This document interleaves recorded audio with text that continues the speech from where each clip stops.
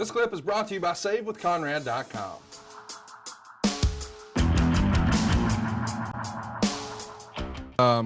Let's keep it going here. I do want to briefly mention at Roadblock, we saw Charlotte and Natalya work an incredible match for the WWE Divas title. Was this around the time that you think WWE and Vince in particular felt like he needed to start taking the women a little more seriously?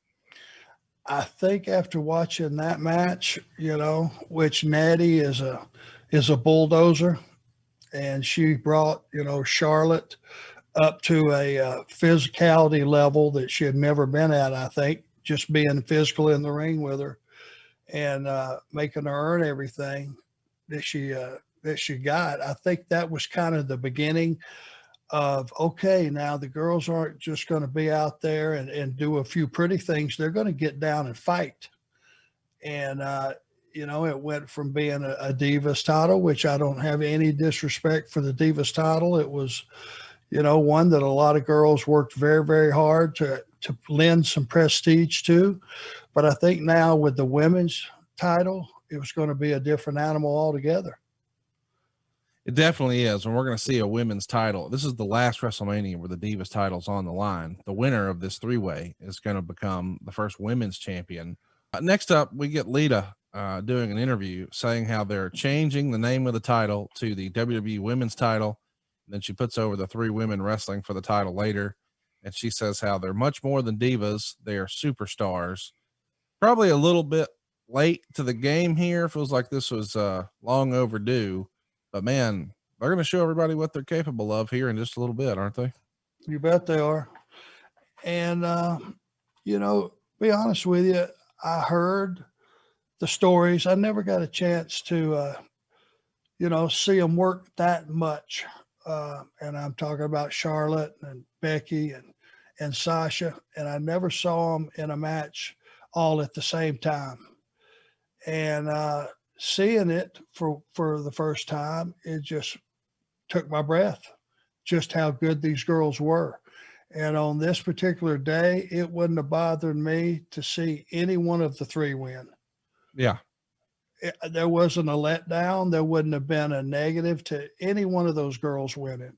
And I think the audience would have accepted it just as much. And, and I'll just say this, a lot of times we do stuff just to be doing it without thinking ahead and down the road. And, like Charlotte doesn't have enough trouble being Ric Flair's daughter.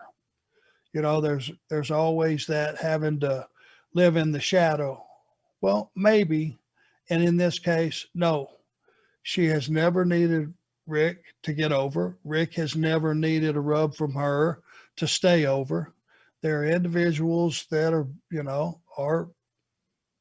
they're over. And to bring Rick down and get him involved in that match, I thought was not necessary.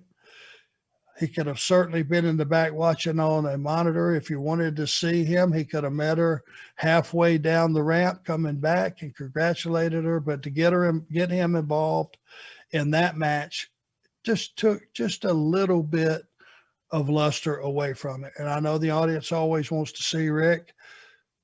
That would have been fine. Just don't involve him in the match. I just don't think it added anything.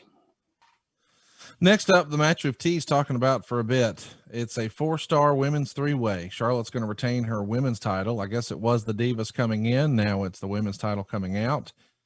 Quite the presentation. Everybody gets a really cool entrance. Becky Lynch has all of her steam for her steampunk deal, and Snoop Dogg's here for the Sasha Banks party, and Charlotte's out here with her dad. An incredible pyro coming and going. I mean, such a visual.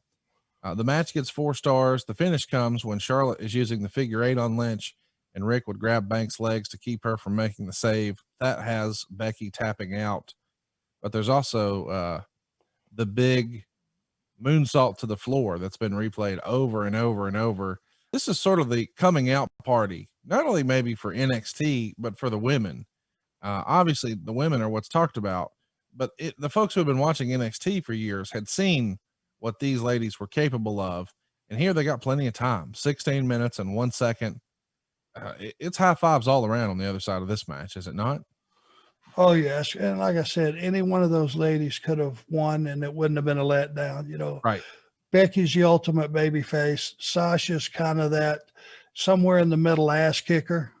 You know, Charlotte, incredible athlete. That moonsault off the top to the floor is breathtaking. It's they all, but they all brought a sense of selling and working together to shine each other up, and all the things that pros do.